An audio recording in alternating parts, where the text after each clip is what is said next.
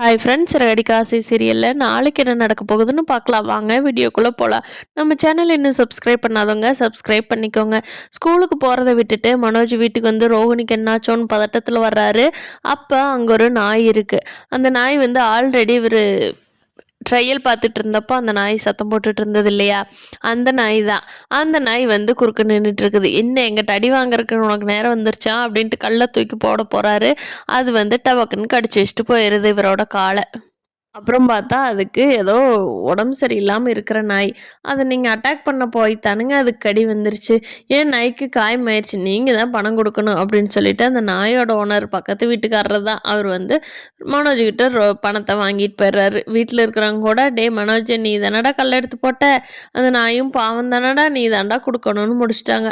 அதனால மனோஜ் வேறு வழி இல்லாமல் எடுத்து காசை கொடுத்துட்றாரு. எப்படியோ ரோஹிணி எதிர்பார்த்த மாதிரியே மனோஜ் வந்து ஸ்கூலுக்கு போகாதனால கிறிஷுக்கிட்ட யாரு கண்ணுக்கும் படலை க்ரஷ்ஷு. இங்கே பார்த்தீங்கன்னா மீனாவும் பூ ஆர்டர் எடுக்க போயிருக்காங்க. அங்கே சிந்தாமணியும் பூ ஆர்டர் வந்திருக்காங்க. சிந்தாமணிக்கு என்னென்னா, மீனாவை எப்படி இருந்தாலும் அவளை நம்ம பண்ண விடக்கூடாது அப்படிங்கிற ஒரு கெட்ட எண்ணம் தான். ஆனாலும் மீனா யோசனை பண்ணி நான் ரொம்ப கம்மியான அமௌண்ட் சொல்லி சொன்னதுனால சிந்தாமணி வசமாக மாட்டிக்கிட்டாங்க. அவங்க கை காசை போட்டு தான் இனி பண்ணி கொடுக்கணும். இருந்தாலும் சிந்தாமணிக்கு இவ்வளோ கெட்ட எண்ணமெல்லாம் ஆகாது. எல்லா பேரண்ட்ஸும் குழந்தைகளை பார்க்க வந்த கிறிஷுக்கு ரொம்ப சங்கட்டமாக போயிடுது. அழுதுகிட்டே இருக்கான். அங்கே இருக்கிற பிரின்சிபல் பார்த்துட்டு கிறிஷோட கார்டியனுக்கு ஃபோன் பண்ணி சொல்கிறாங்க, வாங்க கிறிஷ் வந்து அழுதுகிட்டே இருக்கா, நீங்கள் வந்து சமாதானப்படுத்திட்டு போங்க, அதுக்கப்புறமா நாங்கள் பார்த்துக்குறோம் அப்படின்னு கூப்பிட்றாங்க. அதுதான் ரோஹிணியோட ஃப்ரெண்டு தானே அவங்க ரிலேட்டிவ்.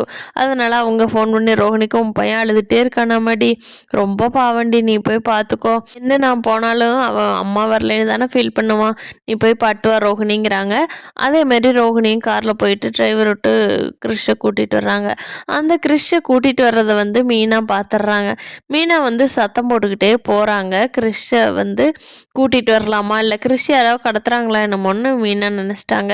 பார்க்கலாம் ஃப்ரெண்ட்ஸு, அடுத்து என்ன நடக்க போகுதுன்னு.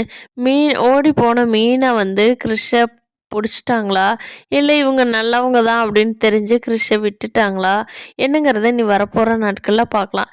இந்த வீடியோ பிடிச்சிருந்தா லைக் பண்ணிக்கோங்க. நீங்கள் என்ன நினைக்கிறீங்கன்னு கீழே கமெண்ட் பண்ணுங்கள். தேங்க்யூ.